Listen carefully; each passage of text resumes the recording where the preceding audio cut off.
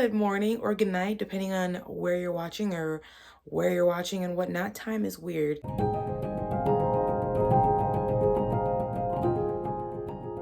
Time is so weird that it feels like it has been so long since I've seen the last episode of And Just Like That. In reality, it's just been a week, just like all the others. Time is just a concept, it is a weird thing, but I am so excited to check out the new episode. And I have to say, I'm really excited because I've been telling you guys that I have a goal of reaching 700 subs, and we're just a hair there. We're just a hair there. So if you guys have been liking the content, you like the commentaries and other things on the channel, and you're interested in supporting, please hit that subscribe button and hit the thumbs up. The thumbs up really helps to elevate the visibility of this video. It helps to push it out. It helps Google know that people are liking it, and they'll show it to more people who are interested. And also, it also helps to motivate creators to keep on creating, because a lot of times it's just me, us, and our camera, and we have no idea who's watching. So yeah, that really helps us to be motivated to continue, because I think in in in a sense, we are trying to build a community, and I would just love if the community got a little bit larger so that we can all be TV watching nerds together, or movie watching nerds together, and sometimes some books. So yeah, thank you guys so much for subscribing. It means a lot to me. And if you haven't subscribed yet, what are you waiting for? Subscribe, hit that bell. The bell is very important because that helps Google to notify you when I upload. So if you guys don't know, And Just Like That drops their videos every single Thursday. So I do my commentaries every Thursday. I'm thinking about doing another Max show that premieres on the 13th, but I don't know yet. It's called Full Circle, but I don't know. I have to check out the pilot first to see if I'm interested, and then I'll let you guys know how that goes. If you hear my dog in the background, sorry. He's just super loud, but cool. I'm gonna get my coffee because it's very early still, and we're gonna watch the episode. So I did that entire intro without even saying who I am. So sorry, because any video could be someone's first video watching you. If you're new here, hello, I'm Melissa, and welcome. Hello, I have returned. I just finished watching episode 5, Trick or Treat. It is based around Halloween, which is like my favorite holiday. I'm a spooky season girl. Just to remind you guys to give that big thumbs up to help the visibility and whatnot. And we're trying to get to 700 subs, which we are almost there. Cool. So I think every episode I try to kind of nail down what the theme is. And I think for this one, for most of the characters, it is getting back on the horse, or continuing to be on the horse. Because then you have like single characters like Sema, who is this woman living her best life. She has this great career and has a series of short-term relationships, but she loves her life the way she is. She kind of does feel like a little bit like a Samantha character, but we love to see it. Because I love to see different types of characters. Not everybody is necessarily like long-term relationship or like marriage minded. You're just trying to be out there living your life. So I like seeing a variety. So we see a different types of sexual escapades, which it did remind me of old school Sex in the City, where each of the characters would have certain experiences with certain dudes, and some of that stuff would be kind of awkward or humiliating or funny or like super duper sexy. So at this time in their life, they are dealing with partners who may be going through certain things, right? So Sema, first of all, she's the one who suggests for them to go to a 5-star hotel bar so that they could try to meet single men, which I love this idea. I think that scenario is always kind of like a fantastical scenario where you get to go to like this like fancy swanky hotel to try to meet some cute guys. So they go because Naya, who she's either newly divorced or she is on her way to be divorced finally. They go because she's trying to meet some fine single men. They go to the bar, and 2 of them get lucky. Naya and Sema do meet these 2 new guys. So for Sema's dude, he's like this cute older man. So they end up going upstairs or maybe back to her place, and they do end up having a one-night stand, and things are seemingly going well until he tells her, which on one hand, I appreciate the transparency. He lets her know that he's got a little issue. He's got some ED, erectile dysfunction. And so he asks her, he asked her, is there a problem? She's like, no, we're all good. And she's fine. She's good with it because, things happen. But this man, has the confidence to take out his penis pump and just, I think he pumps, I mean, we don't see it. I think he pumps his penis in front of her. I guess you may get to a certain age, or just it's different personalities. You get to a certain place where you just do not care, but he takes it out, and you know what? She is undeterred. They go at it, and she ends up rating the sex to be a B minus, I believe. And she said that it was funny and the spooning was great. So after that penis pumping situation, that is still not her last time seeing this man. But later on towards the episode, she ends up seeing him and hooking up with him again because she was like, what? I mean, it was a B minus. Why not? I mean, I have to get myself off anyway each time with these dudes. So that scenario is that is the exact scenario that happens. They hook up again. He doesn't get the job done. She's not able to finish. They're still in bed, and so she takes out her toy and gets herself off, or she's trying to. But then you just keep hearing the buzz, buzz, buzz, and he's annoyed by it, which I love the audacity. Dude, you had the entire gall to take out your penis pump and pump your penis in front of her, but you have an issue if she's using her toy to finish herself off. I feel like you would have been a better dude if you didn't get mad that she's using her toy and, try to learn from that. See how she's using it. See how you can use it on her, because it is a partnership thing. You want to be able to please her, right? It's just, he came off as a fragile, insecure dude. And that's someone that she doesn't need to hook up with again. So I hope we see some more cute guys for Sema. I think she's a fabulous, feisty character, so I love seeing her live her best single self life. And somebody else who I have been rooting for to live her best life and get away from her terrible husband, which is Naya. She's out there trying to see who she can meet, who can she hook up with. I would have loved to also see how her one night stand went. I think if the episode played it like a cross-cutting, like we're seeing both of their nights, and how both of those nights go, because while Sema's was a B minus or B plus, Naya really enjoyed her night. So I would have loved to see, because I think that would have added more humor, and we got to see like the contrast visually, how one is kind of like funny and awkward and the other one was really good, because Naya ended up having a really great night. And I have been telling you guys from I think the first episode that I wanted to see Naya get away from her husband who sucks, who doesn't appreciate her, and I wanted to see her live her best life. And I'm hoping we get to see some more good times with her, and maybe she is able to find a new boo thing where they are on the same page about like career, life, and children, and then she can have her own HEA. I am in some ways a true romantic at heart, I guess, and I want to be able to see everyone live their happily ever after. So hopefully that's in stores for Naya too. Then we have Miranda and Che. I feel like with each episode, we are seeing this kind of weird roller coaster ride within this relationship. Something happens to their family or their careers that is, I think, kind of diverging them little by little apart from each other. So in this episode, they have to deal with the fact that they have opposite schedules. So they are disturbing each other's sleep, because one will be awake at all hours of the night with their friends, and then the other one has to wake up really early to go back to her home in Brooklyn, and she has to go to class.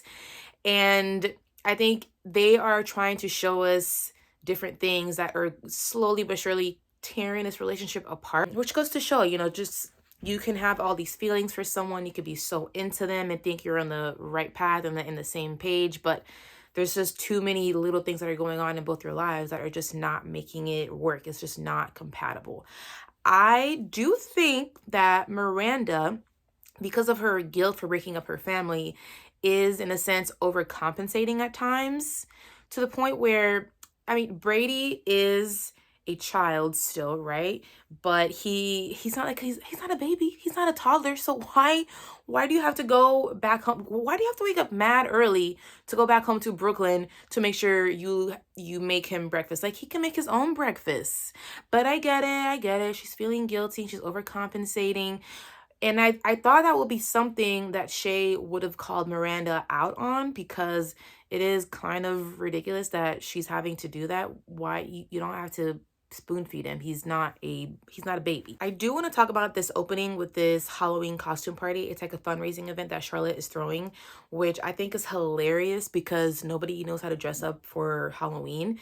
Carrie is dressed up as somebody from Vogue or Cosmo I can't say the magazine name, Cosmopolitan, and nobody realizes that she's dressed up in a costume because she's dressed as herself. Like, how could she think that people would know who she is? Miranda, of course, did not dress up at all. And then Charlotte is also dressed up in a costume. Her and Harry are that couple from The Americans, which ends up being like sort of like a theme throughout this episode. I'm surprised Charlotte didn't go all out, but I guess that's what happens when you are a fan of some television show.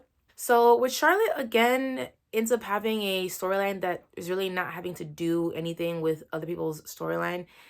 And it's probably because she's the only one who is living that family life. Like, she is a stay-at-home mom and wife, and she still has her young kids that she takes care of.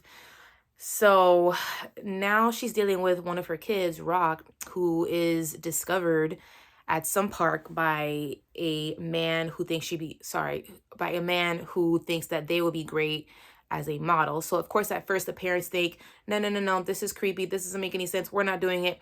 Harry is still pretty much against it throughout most of the episode, while Charlotte at first is apprehensive, but then Charlotte is like, oh, well, this seems legit. Let's do this. We're going to do Ralph Lauren because I was a Ralph Lauren model. So my kid is going to be that too. So then there is a scene where they go to a photo shoot for Rock's photo shoot. And Charlotte is there to supervise and make sure it's legit. And she's also like low-key excited about, I think sometimes she wants to kind of push herself into her kids' lives and like make mini versions of her. So I think that is part of her struggle as a character and a mom. And then really weird scene where Harry comes in, but he comes under the skies from the American costume. He comes in there to make sure that it's a legit photo shoot, to make sure that nothing weird is happening. He's a father and he's being overprotective, and I love to see it, but him coming in the disguise was a little bit weird. And I thought it was going to lead into some sort of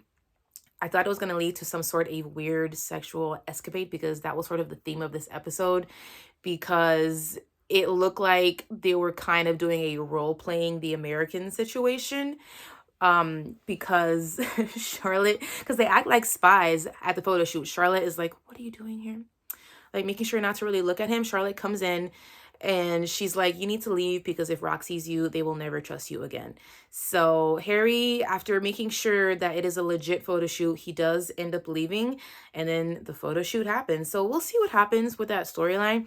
I was really hoping from the last episode that we would see Charlotte having to deal with some new life things that are happening with her. Like, when she was approached about maybe working at a gallery again, I thought, okay, like, she hasn't worked in so many years. She's been a dedicated mom and wife. Is this going to be a new path for her that's going to be challenging, because like she misses working and she wants to do that while also balancing her family life?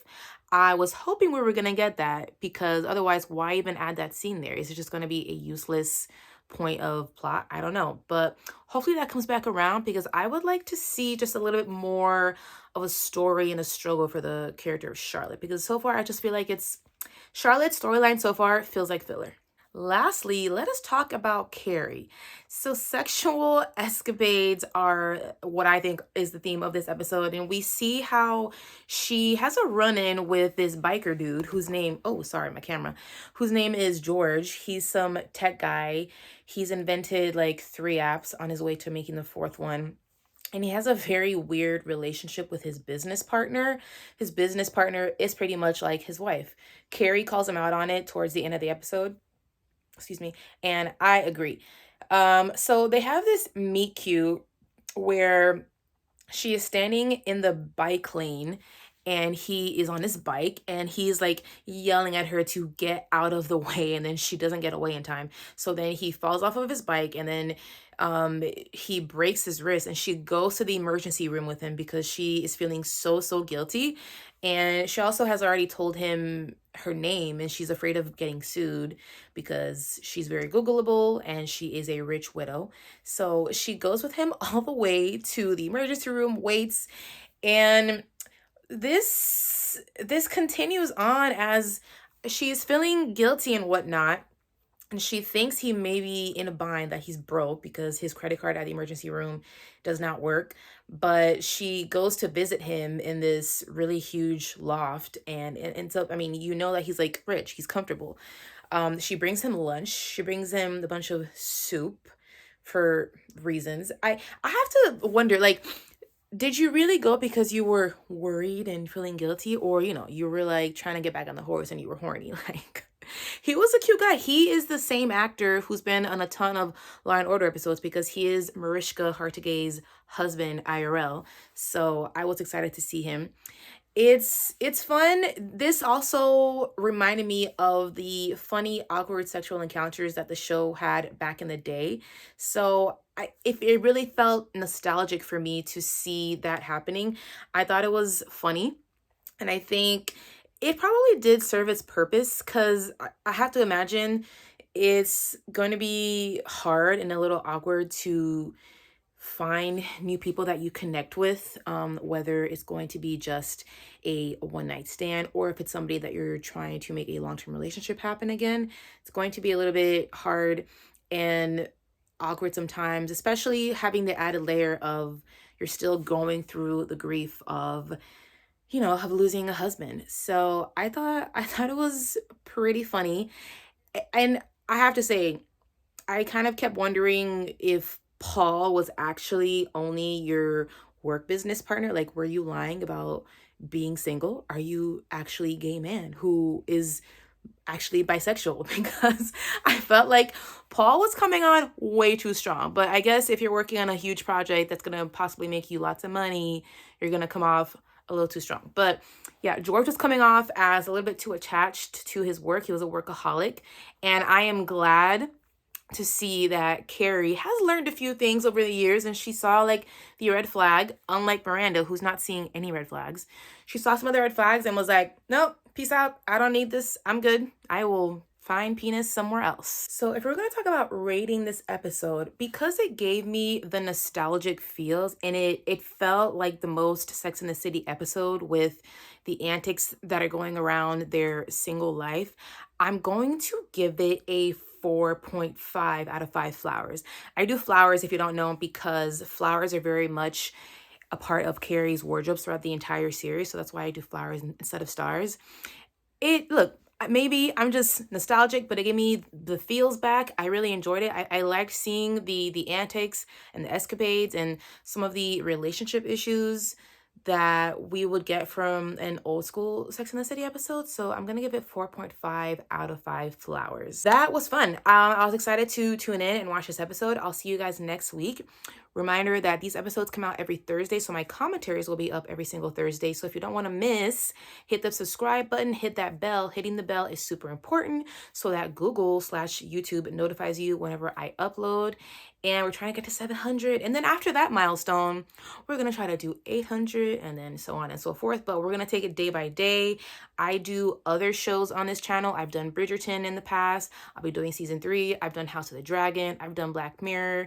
And I may do another Max show, as I had notified you guys. It's called Full Circle. But I'll see how I feel after I check out the pilot. But yeah, we'll see. Until then, thank you guys so much for checking this out. I appreciate you guys for subscribing, leaving your comments, and I'll catch you guys next time.